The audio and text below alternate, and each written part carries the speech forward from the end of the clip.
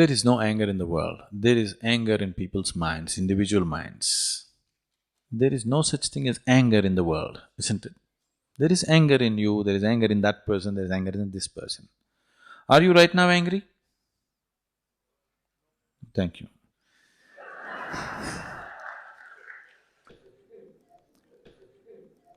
Right now you are not angry, that means there is no anger in this hall right now, isn't it? But you can get angry. You can get angry. Right now there is no anger in this hall, but you can get angry. So this is one thing that we have to see. Anger is not there. What we call as life energy, what is life? You can make this into anger, you can make this into love, you can make this into compassion, you can make it into frustration, you can make it into depression, you can make it whatever you want. The choice is yours. If you had retained the choice, if the choice was really with you, definitely you would have chosen the most pleasant thing, isn't it? Whatever is the most pleasant thing. Generally people are talking about love, joy, blissfulness, because people understand this as the most pleasant things in their life. If you had a choice about what to make yourself of right now in this moment, would you choose pleasantness or unpleasantness? Pleasantness, there's no question about that, isn't it? If I ask you, do you want to live in pleasant atmospheres or unpleasant atmospheres? Pleasantness. Do you want to be pleasant in your mind or unpleasant in your mind? Pleasantness. Do you want to be pleasant in your body, unpleasantness in your body? Pleasantness. All you're seeking is just this, please see. You may believe that you're seeking money, property, God, whatever. All that you're seeking is just this. You want to be pleasant in your body, in your mind, in your emotion and in your energies. This is all you're seeking. No, I'm seeking God. No, somebody has told you if you seek God, you will become ecstatic. No, I want to go to heaven. Somebody has told you heaven is a more pleasant place than this one, that's why you want to go there. Or you made a hell out of your life, whichever way. Fundamentally, you are seeking pleasantness, isn't it?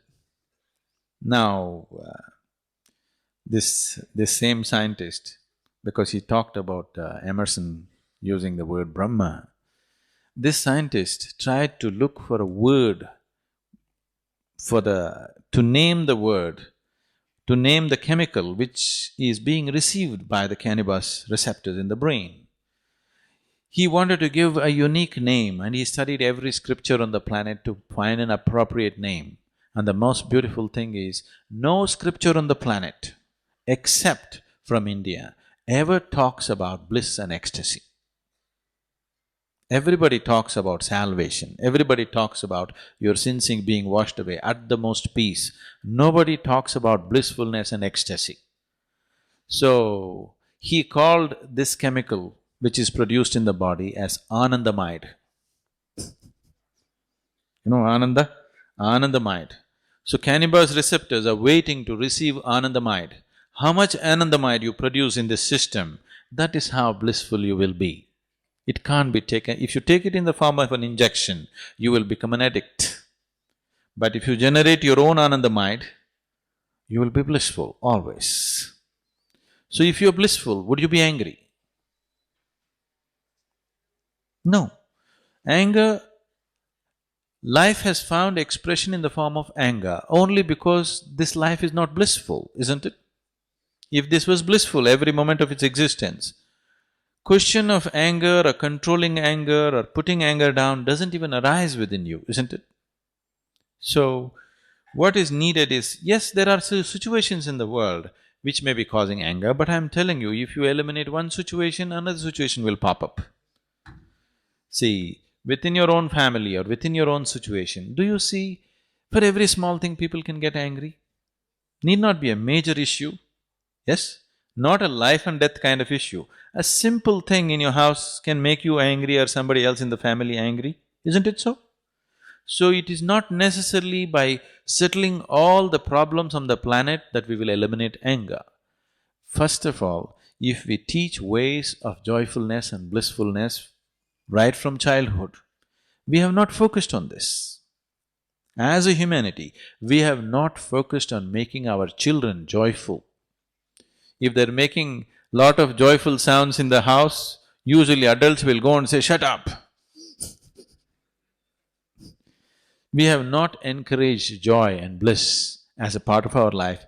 If people were more joyful, did you have to talk about controlling anger? It wouldn't come, isn't it?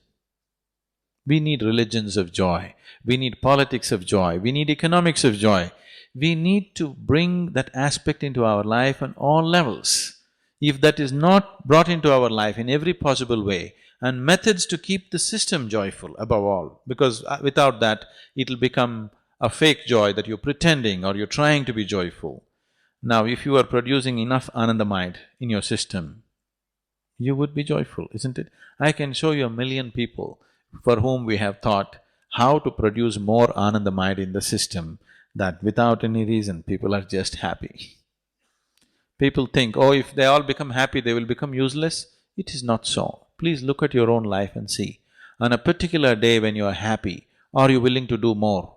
Or on a particular day when you are unhappy, are you willing to do more? When you're happy, you're willing to do anything, isn't it? When you're unhappy, you have to drag yourself through life.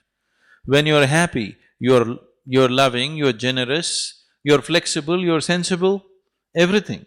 When you're unhappy, you can be real mean and nasty, isn't it? If you meet any human being when he is joyful, he is a wonderful human being. If you meet the same human being when he's unhappy, he can be a very nasty human being. This is so with every human being, isn't it?